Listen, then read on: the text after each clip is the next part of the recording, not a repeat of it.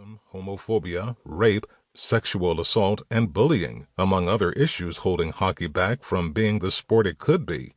We understand certain words and accounts may be triggering, and we mean no disrespect to anyone. Forward. Breaking down the untenable institution of racism in hockey. Reading Game Misconduct by Jashvina Shah and Evan F. Moore.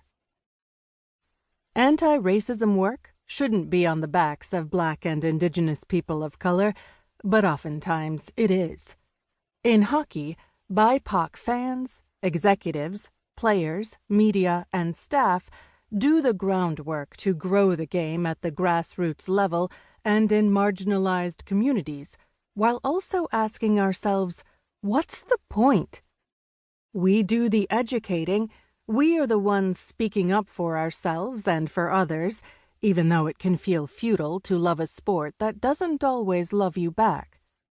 For every public display of diversity and inclusion by a professional league, there are hundreds of BIPOC folks working in our own schools, newspapers, cities, and organizations to make sure that hockey is truly for everyone, including us.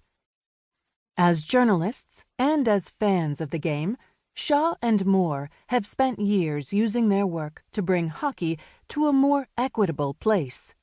You'd be hard-pressed to find a critical fan of the game who does not recognize their names as sports journalists and agitators of the status quo.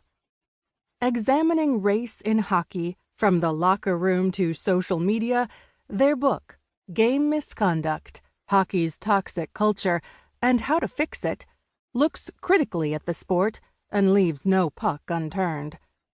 Using a combination of anecdotal and research-based information, the text takes an extensive look at the precarious culture of hockey, asking listeners to face the pervasiveness of white supremacy from the top down.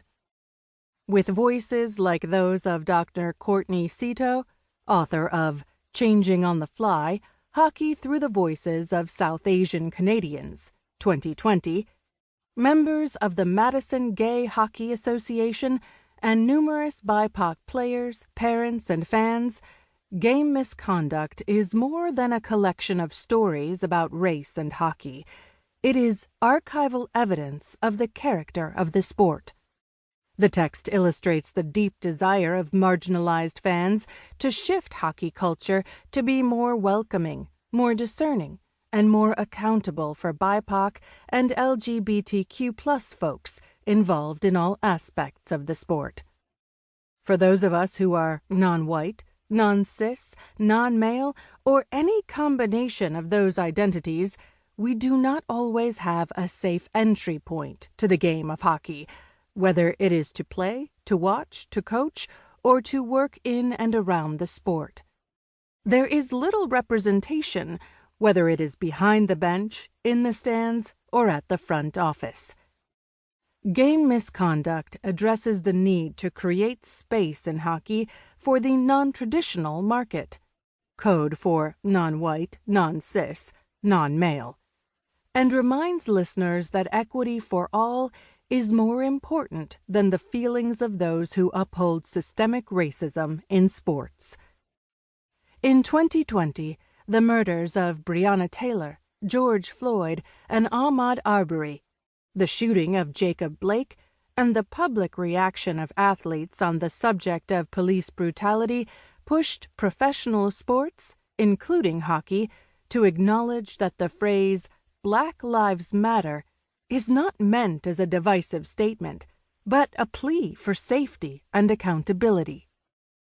Black Death, the consequences of peaceful protest, an attempted coup on the American government, and the hard-hit Black and brown communities during the COVID-19 pandemic forced many to acknowledge that racism and white supremacy run rampant throughout all of our institutions. Game Misconduct reveals the rotting foundations of racism in hockey and offers stark evidence that the system is broken. So, what's next? When we use our voices,